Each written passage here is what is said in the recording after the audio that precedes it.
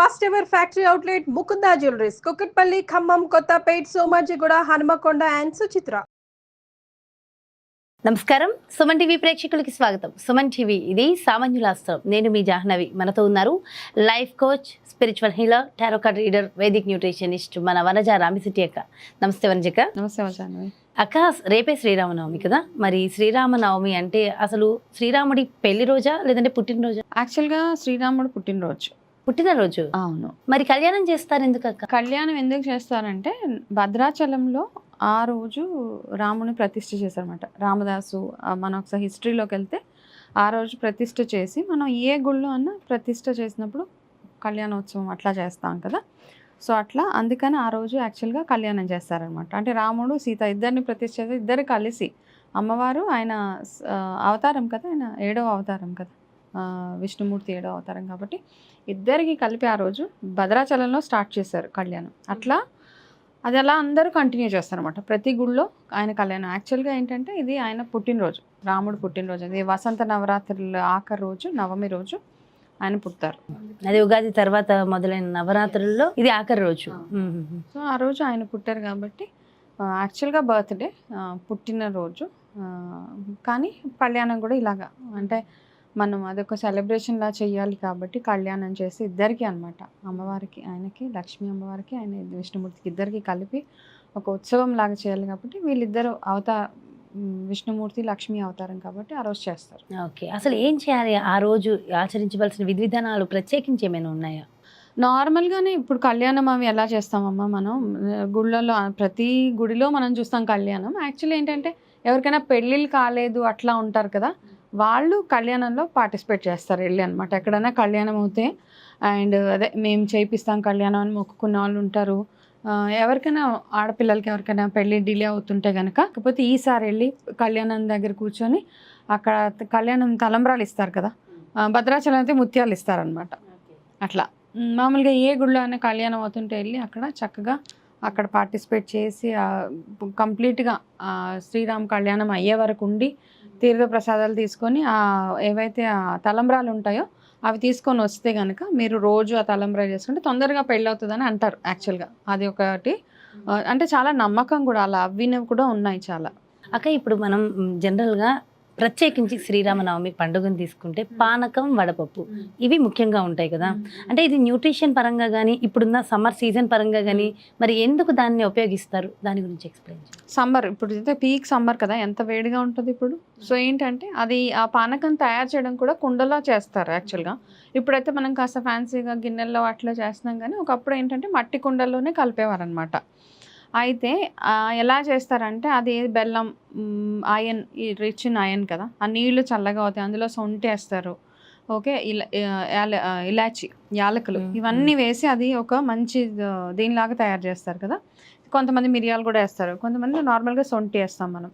ఆ సొంటి, బెల్లము, యాలకులు, ఈ కుండలో వేసిన నీళ్ళు, కుండలో నీళ్ళు వేస్తే ఏంటి, మట్టి కుండలో ఏంటంటే మినరల్స్ ఎక్కువ ఉంటాయి. మట్టిలో మనకి ఏముంటుంది, మన బాడీకి, మన ఒంటికి కావాల్సిన మినరల్స్ అందులో ఎక్కువ ఉంటాయి. సో ఇవన్నీ కలిపి అందులో వేసాక చల్లగా అయిపోతుంది ఆటోమేటిక్గా. కుండలో వేసా కాబట్టి అది చల్లగా అయిపోతుంది కదా.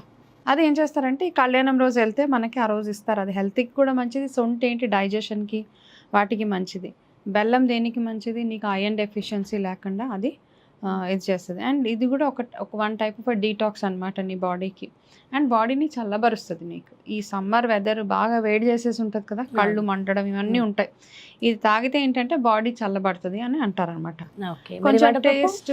వడపప్పు నార్మల్గా ప్రసాదం లాగా పెడతాం మనం. ఎక్కడ చూసినా విష్ణుమూర్తికి నార్మల్గా మనం ఏకాదశి రెమెడీస్ చేసినా ఏం చేసినా విష్ణుమూర్తికి ఎల్లో కలర్ ఇది పెడతారు కాబట్టి వడపప్పు, పానకం, చలివిడి ఈ 3 పెడతారు. చలివిడి కూడా చలవ అంటారు నార్మల్గా. నువ్వు చూస్తే మనకి ఆడపిల్లకి పెళ్ళిళ్ళు అయినా కానీ అమ్మగారింటి నుంచి చలివిడి ఇచ్చి పంపిస్తారు, చలవాన్ని కదా, కడుపు చలవ అంటారు.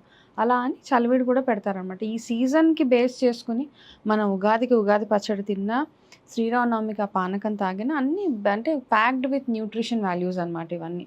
సో అందుకని ఇది తిన్నప్పుడు ఏంటంటే మనకు కొంచెం సెటిల్డ్గా ఉంటుంది బాడీ, కడుపులో కాస్త చల్లగా ఉండి మంచి సెటిల్డ్గా ఉంటుంది. ప్లస్ హెల్త్కి మంచిది, ఐరన్ డెఫిషియన్సీ, వీక్నెసెస్ రాకుండా ఉంటాయి. ఓకే, అంటే ఒకరోజు తాగితే వచ్చేస్తుందా అని అనొచ్చు. కాకపోతే ఏంటంటే ఆ ఒకరోజు మనం ఏంటంటే మెడిసిన్ కాబట్టి ఇవన్నీ మెడిసిన్ లాగే తీసుకోవాలి. మందులు ఎప్పుడు రోజు వేసుకోం కదా, సో మెడిసిన్ లాగే తీసుకోవాలి. బట్ రెగ్యులర్గా మన ఇంటేక్లో ఇది ఈ పండగ కాబట్టి, నవమి కాబట్టి ఇది ఒక ప్రొసీజర్ మనం ఫాలో అవుతున్నాం కాబట్టి ఇలా తాగాలి. బట్ అదర్వైజ్ రెగ్యులర్గా మనం తినే వాటిల్లో బెల్లం, డైలీ కాస్త బెల్లం యాడ్ చేసుకోవడము, తినే ఫస్ట్ ముద్దలో సొంటి అన్నం తినడము, నెయ్యి వేసుకొని సొంటి తినడము, యాలకులు ఒకటి యాడ్ చేసుకోవడము. మనం చూస్తూ ఉంటాం యాలకులు ఒక లవంగా నోట్లో వేసుకుంటారు చాలామంది.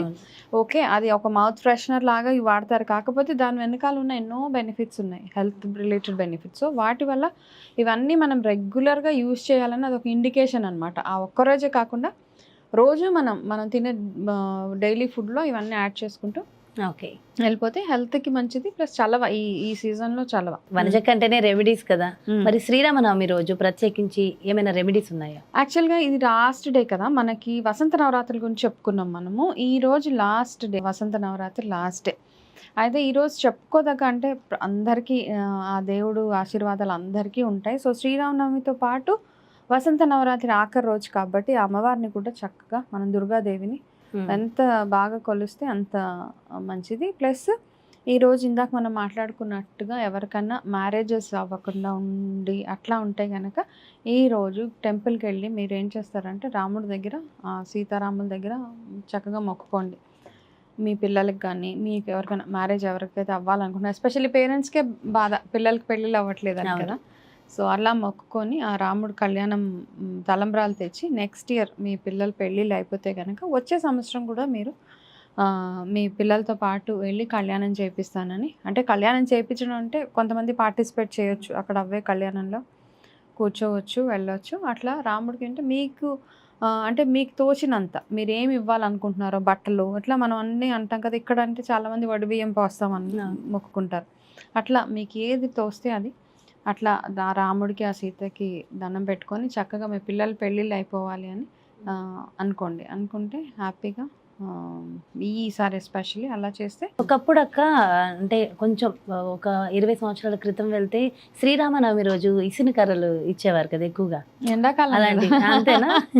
ఎండాకాలం అన్నిటికీ ఎండాకాలంకి ఇదే అనమాట. మనం ఏంటంటే మనకి దాని బ్యాక్గ్రౌండ్ అంటే ఏది చేసినా బాగా ఆలోచించి చేసేవాళ్ళు మన పెద్దవాళ్ళు కదా. పాతకాలంలో ఏంటంటే ప్రతిదానికి ఒక రీజనింగ్ ఉండేది. ఎందుకు ఇస్తున్నారు, మూఢనమ్మకాలు అనేస్తారు. కాకపోతే ఏంటంటే వేడి, ఎండ కాబట్టి అప్పుడు విసనకర్లు కదా, ఫ్యాన్స్, ఏసీస్ ఏమున్నాయి, అదొక మంచి ఇదనమాట. అట్లా ఇస్తే ఏమవుతుందంటే కూర్చుని వాళ్ళకి ఇబ్బంది లేకుండా చక్కగా అవును. మా చిన్నప్పుడు మేము గుడికి వెళ్తే మెయిన్ గా శ్రీరామనవమి రోజు విసనకర్లు ఇచ్చేవారు. విసనకర్లు పంచుతారు, ఇంకా చాలా ఉంటాయి, గాజులు, ముత్యాలు పంచుతారు. అట్లా మన స్తోమత ఎంత ఉంటే అంత. కాకపోతే ఈసారి వసంత నవరాత్రి లాస్ట్ డే అందరంటే మనం లాస్ట్ టైం చెప్పుకున్నాం చక్కగా ఈ 9 days అయిపోయి ఈ రామనవమికి బుక్ రాయమని చెప్పాను. రామకోటి ఎన్ని రాస్తారో అన్ని తీసుకొచ్చి ఆ రాముడి దగ్గర పెట్టేసి కంటిన్యూ చేయాలి అనుకున్న వాళ్ళు, ఇంకా ఈ రామకోటి డైలీ సంవత్సరం మొత్తం రాయాలి, మనకి సంవత్సరం అంతా బాగుండాలి అనుకునేవాళ్ళు మళ్ళీ మొదలు పెట్టండి. మళ్ళీ శ్రీరామనవమి నుంచి మొదలు పెట్టండి. రోజు రాయడం వల్ల మనకి వచ్చేది ఏమి అంటే నిజంగా ఓపిక ఉన్న వాళ్ళు చక్కగా రాయొచ్చు. అంటే ఒక లిమిటెడ్ నెంబర్ పెట్టుకోండి. కొంతమంది ముందే రోజుకి 1000 రాస్తాము, 2000 రాస్తామని అనేసుకుంటారు.